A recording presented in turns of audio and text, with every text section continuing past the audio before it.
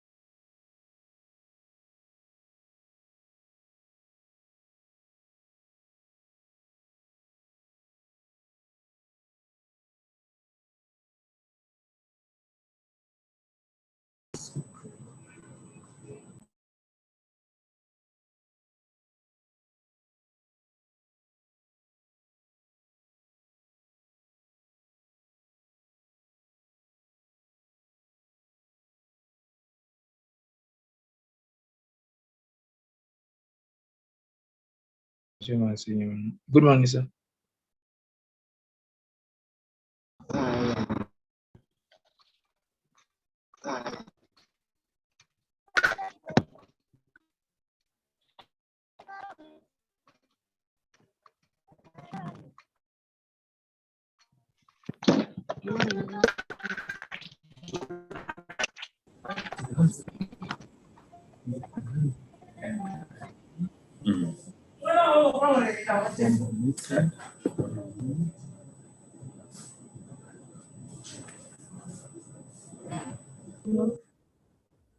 They can chat.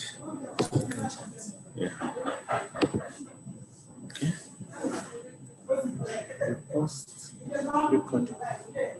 So you can resume recording. Yes.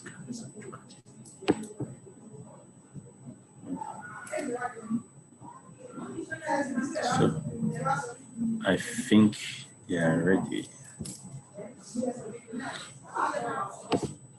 They are 265 now.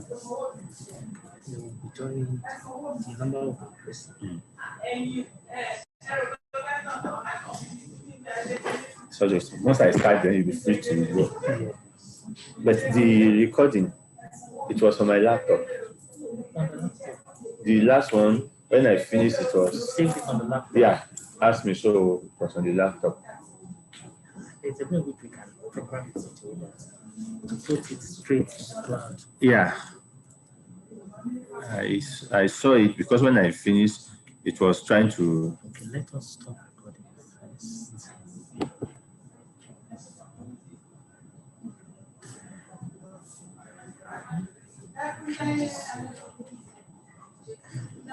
I actually thought we said this would save on the cloud last time. Yes. But when I finished, so it started recording, I knew that. And so the only other thing we have now is to send it to record to the cloud.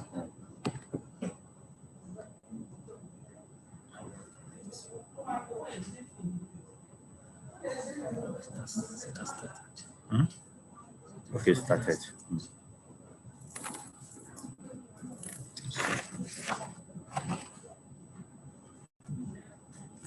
So just 1 minute now.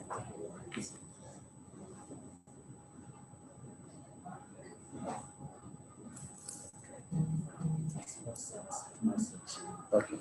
Now we're in channel. That's the YouTube story. The more we click this now, just go straight to. So the moment you start, you can continue with the chat.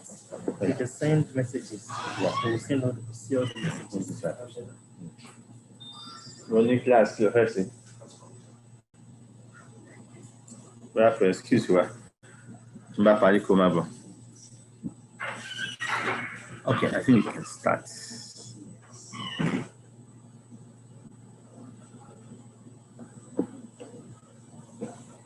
Good afternoon. Are you hearing me? Are you hearing me? Hello?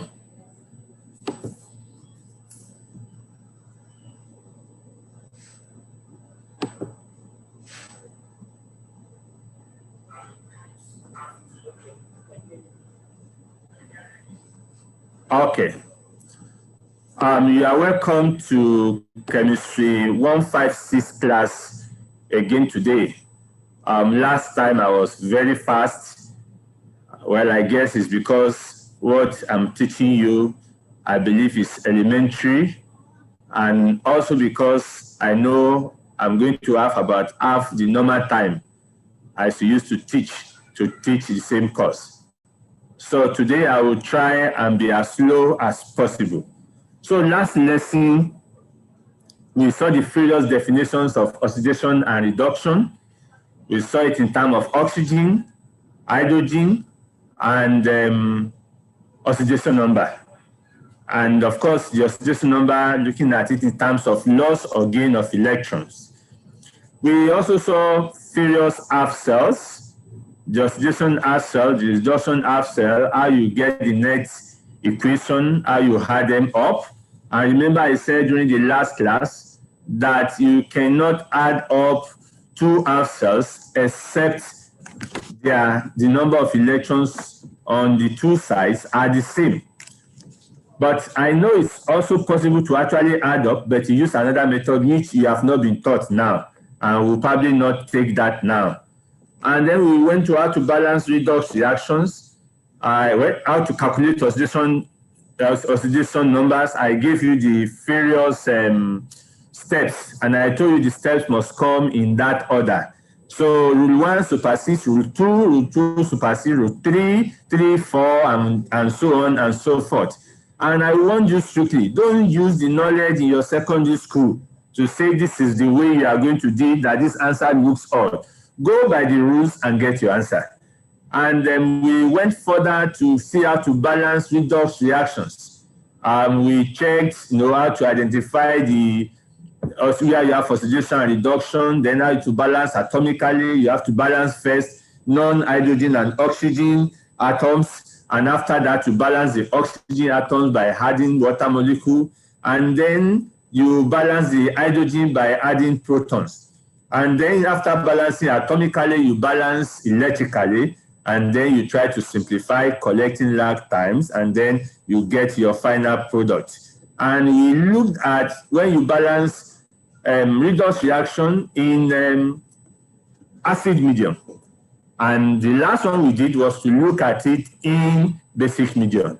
Having that reaction in basic medium simply means you are doing it in hydroxyl ion condition. And I said that the easiest way which I have found, You can go directly if you are very sharp and intelligent and just add hydroxyl ion to balance your reactions. But the easiest I found is you balance it in acid medium, and at the end, add OH minus to make up the number of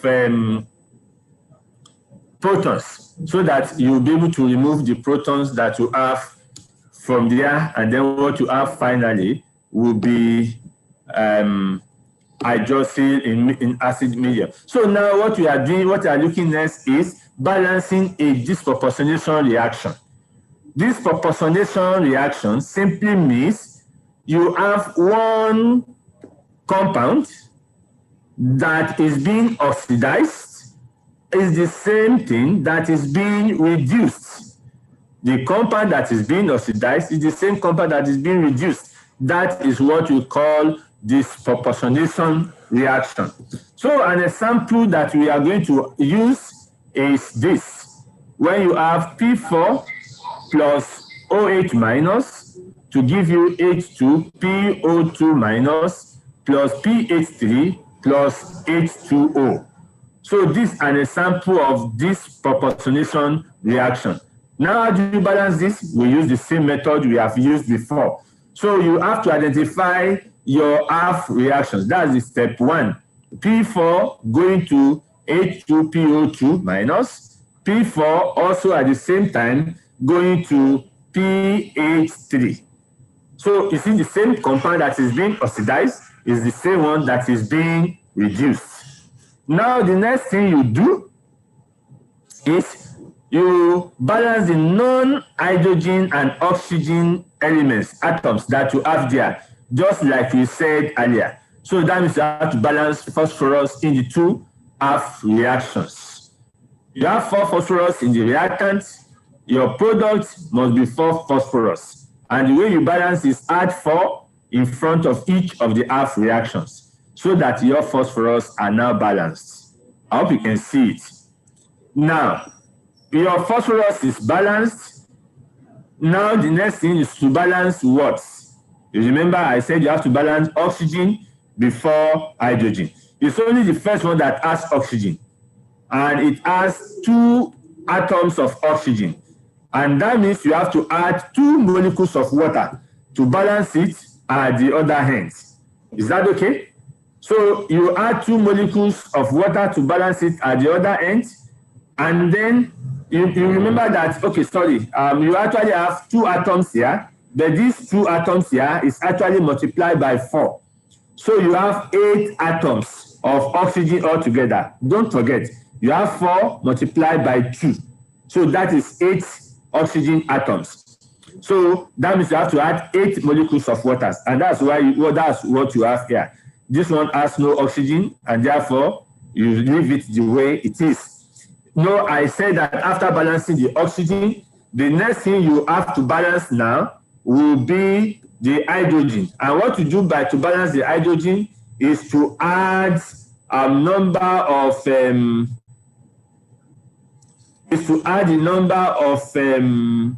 you have 8 oxygen here, so you have 8 water molecules here. So the next thing you have to do here is to balance the number of hydrogen. Now, if you look at this, how many hydrogen do you have on the left-hand side? That is 16. And that means you must add that same number of hydrogen on the right-hand side. Now, you have 4 times 2 here, that is 8. To make this one 16, that means you have to add only 8 protons. You know, the earlier ones you just said this is 16. That was because there was no hydrogen elsewhere. There's hydrogen here, so this will now be 8 plus. So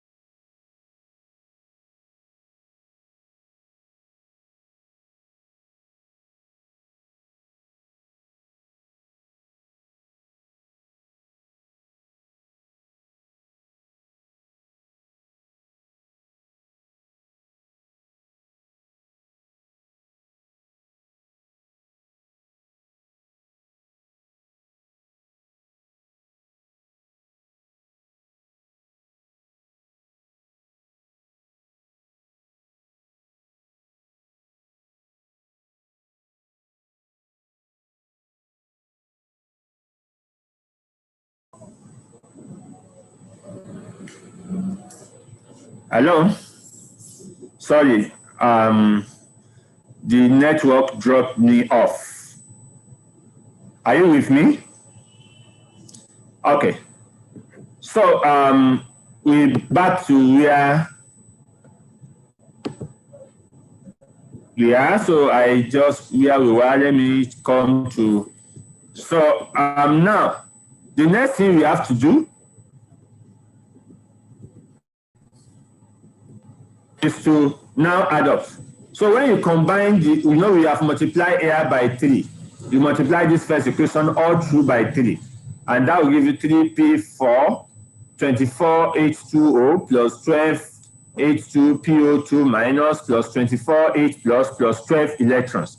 Now you have the same number of electrons on the two sides, and that means you can now go ahead and add. So if you add that, you get this answer. That is 4P4 plus 24H2O to give you 12H2PO42 minus plus 4P83 plus 12H plus. Now, if you look at this, 4 is common. So you can reduce that by dividing all through. Well, I think one of that is because we are actually going to balance in aqueous and in basic medium. So what you do now is that to reduce this 12 minus, you add 12 OH minus to the two sides. So if you add 12 OH minus to the two sides, that means you have 12 here, and then you also have 12 molecules of water on this other side. So you can reduce the number of molecules of water. If you remove 12 from here, then you can reduce 12 from this other side, and then you have 12 H2O here. And this is now 12 OH minus to give you this equation. So if you look at this, you can divide through by 4, and your final answer and your balanced equation is going to be P4 plus 3H2O plus 3OH minus to give you 3H2PO2 minus plus pH3.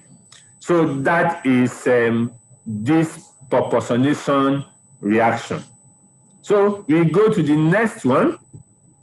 So remember, it is a situation where the same compound, the same product that is being oxidized is the same product that is being reduced. There's another form of it that is Conproportionation reaction. It's just the opposite. Two things are coming. One is being reduced to one compound, and the other is being oxidized to one compound. So instead of having that at the product, you have it at the reactant ends. Is that okay? If you look at this HiO3 plus Hi plus H plus to give you I2. So HiO3 is being reduced to I2, hydrogen, and Hi is being oxidized to I2. So this is an example of Conproportionation reaction. And so there are many of such, and I think you can balance them the same way we have dealt with the earlier ones. So we go on now with oxidizing and reducing agents. But one thing you need to know is that something can be an oxidizing agent now, and when it's in another reaction, it can become a reducing agent. It's just like what the politicians will say, there's no permanent friend and there's no permanent enemy. It depends on where you have found yourself. So what you find to be a reducing agent in a reaction can become an oxidizing agent in another reaction. But of course, we know that there are some compounds that are prominently known to be strong reducing agents or strong oxidizing agents. So I think I've explained this. So if you look at the following reactions, look at hydrogen peroxide, for instance. If you look at it here, this is now oxidizing. It's an oxidizing agent here because it's oxidizing ion 2 to ion 3. If you look at it in another reaction, it's an oxidizing agent here, but here it's reducing. It's a reducing agent here because your manganese here is manganese 7. It has reduced manganese to manganese 2 here. So what we have here, hydrogen peroxide is an oxidizing agent in this reaction, but it's a reducing agent in the next reaction. And in this other reaction, if you look at it, your hydrogen peroxide, is it oxidizing or reducing agent? I think you can just look at it. What you do is just look at your chlorine. Chlorine has changed from 0 to -1. Is it oxidized or reduced? It's been reduced. So that means your hydrogen peroxide under 3 is a reducing agent. So these are the answers. Now let's go on.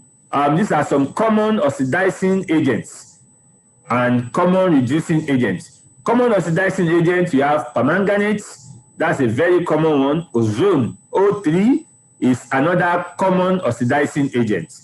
And then hypochlorite ion, OCl-, is another strong oxidizing agent. And some common reducing agents are examples are carbon, that's a very common one. Then you have thiosulfate ion, S2O3, 2-, is another strong reducing agent. And iodide ion is also a very strong reducing agent. So these are common ones. Now, you have these assignments. They are exactly the way they are in your book.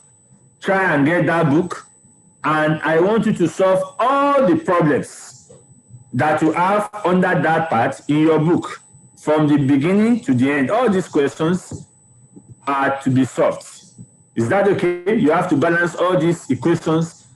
This we do every year, and I want you to solve everything completely. Is that okay? So I won't ask you to submit now until when the school asks you to resume physically. And what I'm saying now indirectly is that make sure you do, because the first day you resume is the day I will ask you to come and submit in my office in chemistry department.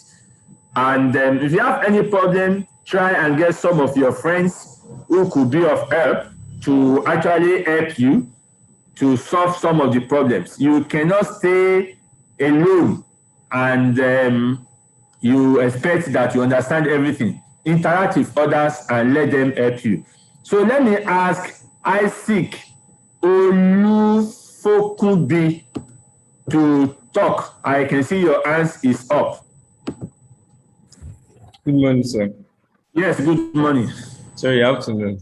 So I have a question from the last oxidation and reduction, sir. In one of the Yes. definitions of reduction, you told us that it is the addition of hydrogen. One of the slides. Then Yes. you gave us an example of copper oxide that reacts with hydrogen gas, then to form copper solid, then water. And so I'm wondering, in that case, how is it reduced? Like, how is addition of hydrogen causing the reduction? Well, normally you know this from secondary school. Once you are adding hydrogen, what you are having is reduction. So where hydrogen has been moved to, the new compound that has hydrogen in it has definitely been reduced. Is that okay? So, but in this case, copper oxygen was removed from the. If you are talking about oxygen being removed, that means if oxygen is being removed, that is also reduction. Yes, sir. So whichever way you look at it, it is still reduction. And remember that in every reaction, you will have at least one oxidation and one reduction. But there are instances where you can have two of either, but you must also have one oxidation and one reduction. Okay. Can I ask Ajadi Oluwatoyin to talk? Ajadi Oluwatoyin. Good morning, sir. Good morning. Sir, when you are explaining that the first exercise. When the internet log you out, we couldn't get that place, sir. I'm not sure. No, I think I didn't see anything. I eventually went back.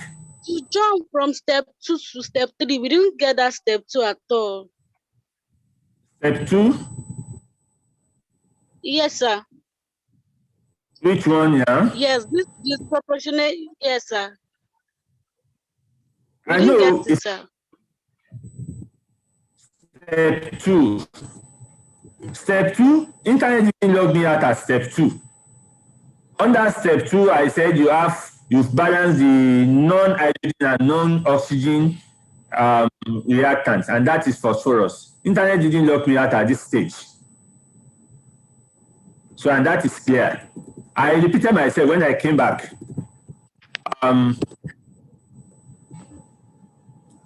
So I think we have to go on because I know I'm a very busy man. In fact, I have to leave Senate meeting. I have postgraduate results to present at the meeting. I have to leave because of your class. So I think we should just go on so that we don't waste so much time. Try and ask questions from some of your friends so that if there are issues, you can resolve them before getting to me. So you go to electrochemistry.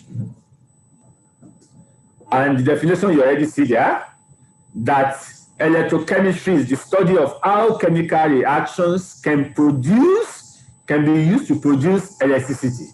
That is one definition.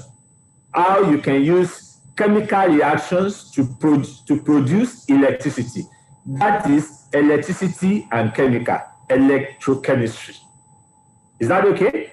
And then the other one is how you can use electricity to produce chemical reactions. So you can see they are opposites. You can use chemical reactions to produce electricity, and you can use electricity to produce chemical reactions. So these two definitions will go for electrochemistry.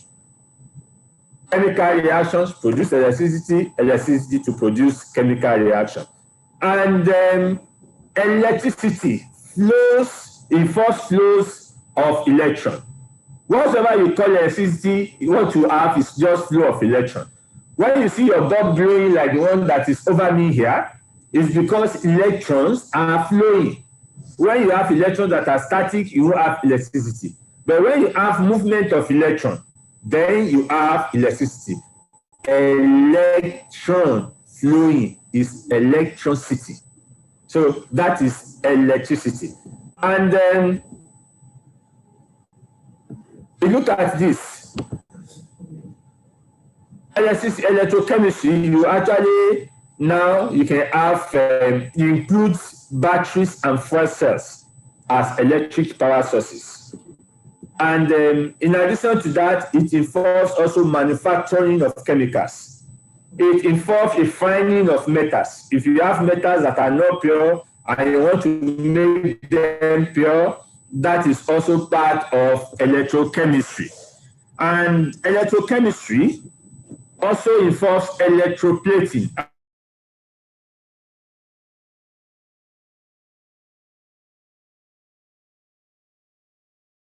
I'm sure you are familiar with this. I say this is my goal. Your wristwatch has been electroplated with gold. Is that okay? And then, apart from that, it also involves method of controlling corrosion. Methods of controlling corrosion. So, and we have a number of other ones that are electrochemistry. So the first thing we look at now is electrode potential. Electrode potential is like, okay, what is the power of your electrochemical whatsoever? So when you say electrode potential, we want to know what is your strength.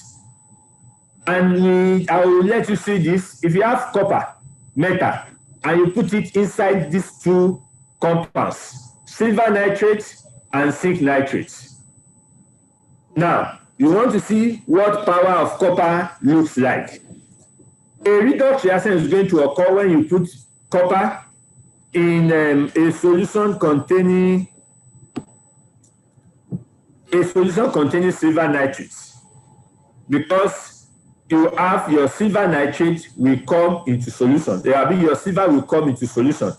Your silver will be discharged. That means your sodium, your silver nitrates, the nitrate will go away, and then you have your Ag plus. But when you have copper in your zinc nitrates, zinc will remain instant. That means zinc is stronger than copper.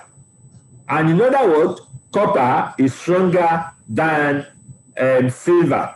So that is the potential. Potential means power. So we look at this.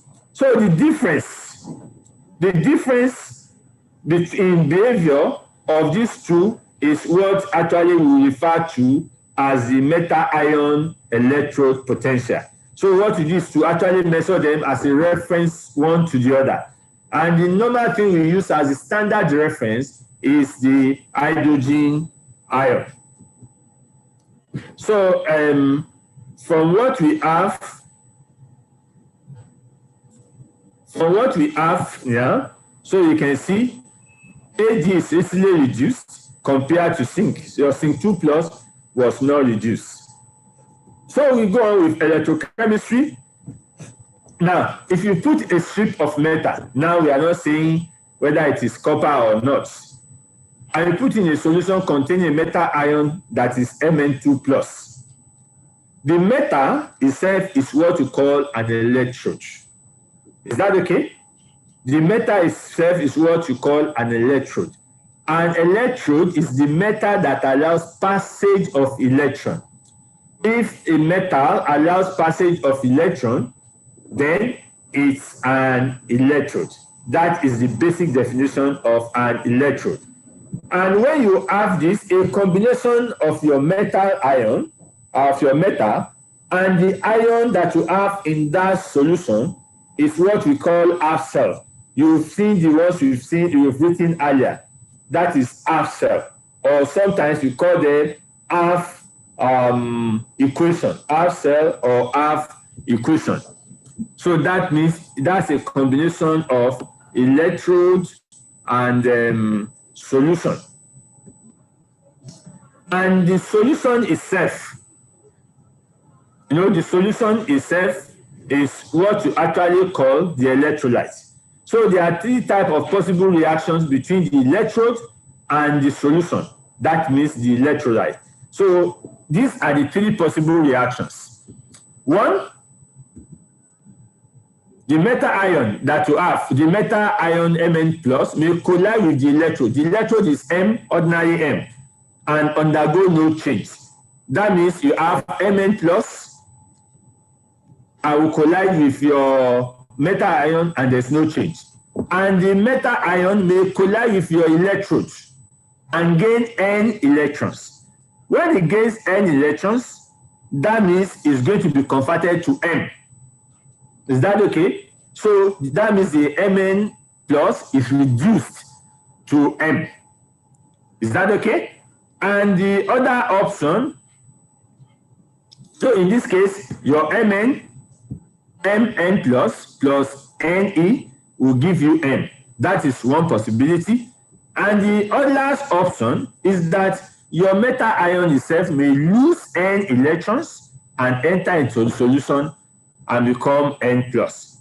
So where there's no change, where you have your Mn plus gaining for N electrons, and where you have your M losing N electrons. So these are the three possible reactions that you can have between electrodes and electrolytes. So in summary, you can represent the three by this equation. That is, that means it's an equilibrium here. It can go this way and it can go the other way. So if you have two different types of metals, that is the electrode. Electron will always flow from higher negative charge density. That is what we also call electropotential. So we always flow from the higher electropotential to the lower electropotential. Take note of this. Water will always flow from higher altitude to low altitude. Except, you see water flowing up. except you are using a pump to pump it up. Normally it will come from higher to lower.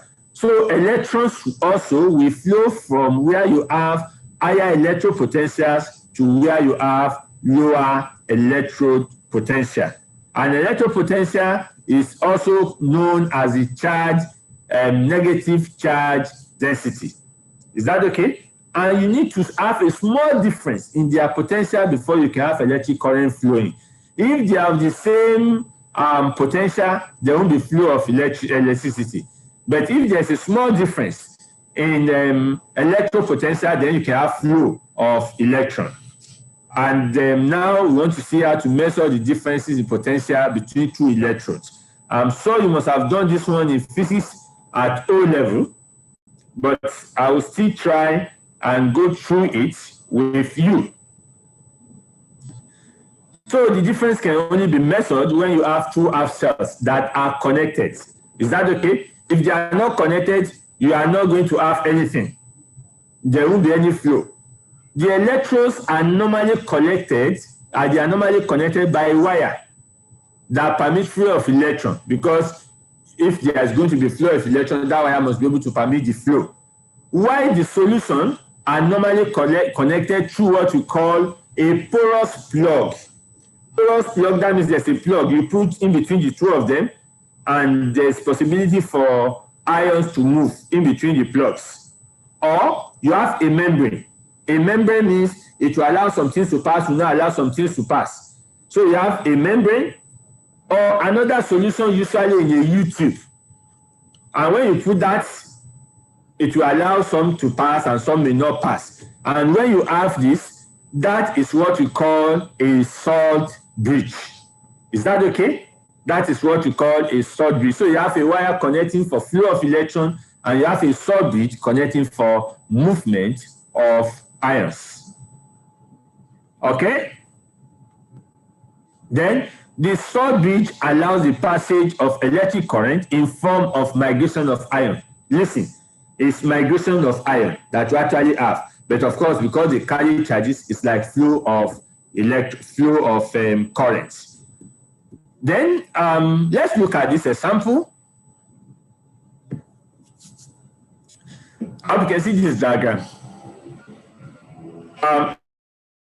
Here you have zinc on the left-hand side in a solution of copper sulfate. Is that okay? The zinc will go into solution because it's more powerful than copper, and you have zinc 2+. Is that okay? So if you look at this now, this is the anode, and you have zinc going to zinc 2+. This is the oxidation half reaction. Is that okay? And here you have your copper 2+ becoming copper. You can see that the color of this is becoming brownish. That means copper is being formed on this. This is the reduction half reaction. That is copper 2+ going to copper. I hope you can see it. Now, the problem is, if you have this and electron is, this one is becoming this, that means electron is flowing from here. There are more electrons here. Excuse me. So the electrons will be flowing in this direction. They will be coming into this positive charge. Is that okay? So when it's coming here, a time will come that all the electrons will come here. And if there are too much electrons here and no electron at the other end, then there's going to be a problem. And that is why you have, from this subbit, which contains sodium nitrate from here, you can see that sodium is coming into the solution here to balance the net charge. Sodium and electron coming here will balance the net charge, and sulfate coming from here will balance the net charge of zinc that is coming out from here. So this is how the salt bridge helps to balance the movement of ions, to balance the flow of electron. So normally your anode is the place where the anions flow to. And ions go to anodes. That's a general solution. ions go to anodes, and cation ions go to cathode. So if you look at this salt bridge, your anion here is sulfate, 2 minus, and your cation here is sodium plus. I hope you can see it. There are other definitions that we will see, but this one is general. I will talk more when I get there. So an example of electrochemical cell. So in this place, you have zinc losing electrons to become zinc 2 plus. The electrons lost by zinc will pass through the wire. I think I've explained this. The electrons will pass through the wire, and the potentiometer, that is what you have on top here, the potentiometer here will read it. Is that okay? The potentiometer will read, and then it will go to the copper electrode. And the electrons will be gained by your copper 2 plus. I've explained all this one before to become copper. And subsequently, copper will be deposited at the electrode.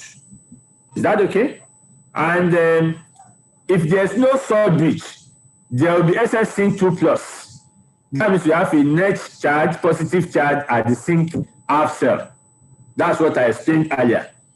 And a deficiency of copper 2 plus, that means you have a negative charge will be observed at the copper half cell. So therefore, the electric current will not continue to flow. And that was why you needed a salt bridge.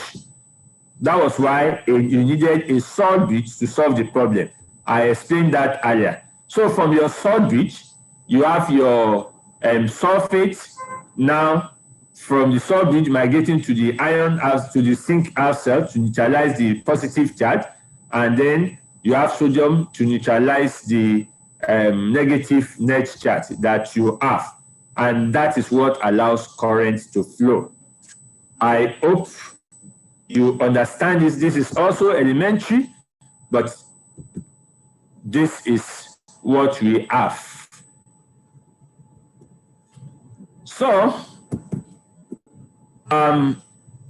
equations of the reaction, that one we looked at is this. You have zinc going to zinc 2 plus 2 electrons. That's what you have at the oxidation half reaction. And the reduction half reaction, you have this equation. You remember under that diagram, copper 2 plus becoming copper.